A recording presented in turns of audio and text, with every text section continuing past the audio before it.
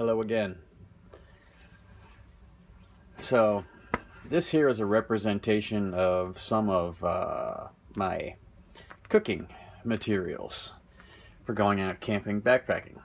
And look, like the rest of the gear, sleep system and the hammock system, this has really gone through a lot of changes. So like I started out with the old Boy Scout style clamshell system here, and it worked okay for a little while. In fact, there's really nothing wrong with it. It's pretty lightweight. It doesn't take a heck of a beating, but you know, it's pretty decent, especially for the price. And I started out really not with a lot of money to throw into gear, and you know what, not really knowing a lot either. So this was just a natural choice. Picked it up and it was, man, I want to say it was like $10. Next thing I added was the old Walmart grease pot that everyone knows about, right? This baby actually is still in use every once in a while when we go out in the middle of winter and want a lot of hot water at a time, but I generally don't bring it anymore because it's kind of hard to get that plus everything else into the pack. And there's a lot of space inside. I mean, this is what, a liter and a half I think it holds. And sure, you can stuff things into it, but it's just, I don't know, a lot of the time isn't necessarily worth it. And then I threw in the old GSI Glacier mug. This baby has been through a lot of trips and was a real winner. For the longest time after that, I nested the old Stanley inside of that and took a page from everyone else's YouTube channels, and that was the system for a long time. Threw in a little anodized aluminum spork there from Sea to Summit, and bang, that was the ticket. So I figured out also by watching a lot of people that this system's very popular as well, and it's great. So you have the Nalgene and the GSI. The GSI is bulletproof. I can boil in it. The Nalgene, I can carry a liter of water, and it also saves me a lot of weight. Well, I like to have hot food, and I like to have a thing to drink out of as well. So if I'm not drinking water, the Nalgene's really out of the question. I have one vessel there. So look, I mean, it's a good lightweight option, but I like to have something else. So generally, I would take that and the Stanley and be able to do something. I would cook in the Stanley and be able to heat up liquid in that guy over there. Well, then the next step of the evolution was I discovered this right here, and this is that Pathfinder bush pot. So the GSI is awesome, but it only holds 16 ounces, right? This guy holds 25, but with these holes for the bail handle here, you can, you know, get 24 or slightly under it. More than 20 for sure.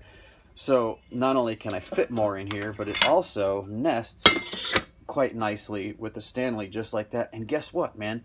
This here is almost the same weight as that little guy over there. So it was really a no-brainer. And then this fits inside, and that's really my current system most of the time.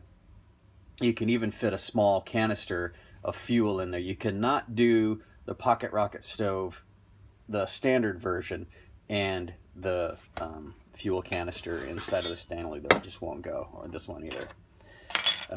Now, to lighten up a little bit for backpacking trips, I'll either go with that and the old Sea to Summit collapsible.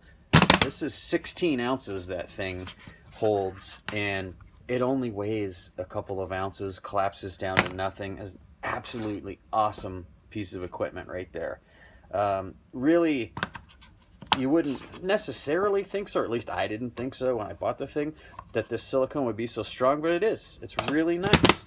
So that, in conjunction with any of these other pieces here, right, are great.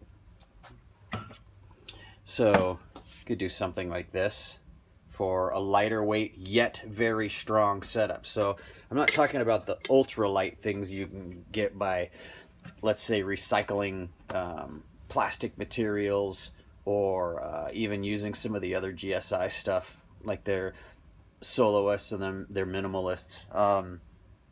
I do like the fact that some of those will hold a canister and a standard stove, though. Those are pretty nice. However, you can't heat up anything in that plastic. So this is the reason why I'm still going with the stainless and the aluminum. It's more functional for me. We use a fire a lot of the time, or we use this guy. We drink a lot of hot liquid and eat a lot of hot food. I mean, it's just the way it is. One other cool alternative are folding stoves. This is just one variety out of many. Obviously, you can use all sorts of fuels in here. I can use the chemical fuel tabs, Weber cube. I could use wood, obviously, and sometimes we'll even take that out and pack a few lumps of charcoal in there, and you can keep that smoldering for quite a while inside that stove, and it works really well and super lightweight. And it's nice in wet conditions too, because that charcoal will light right up, and then you can feed sticks onto it and let them dry out.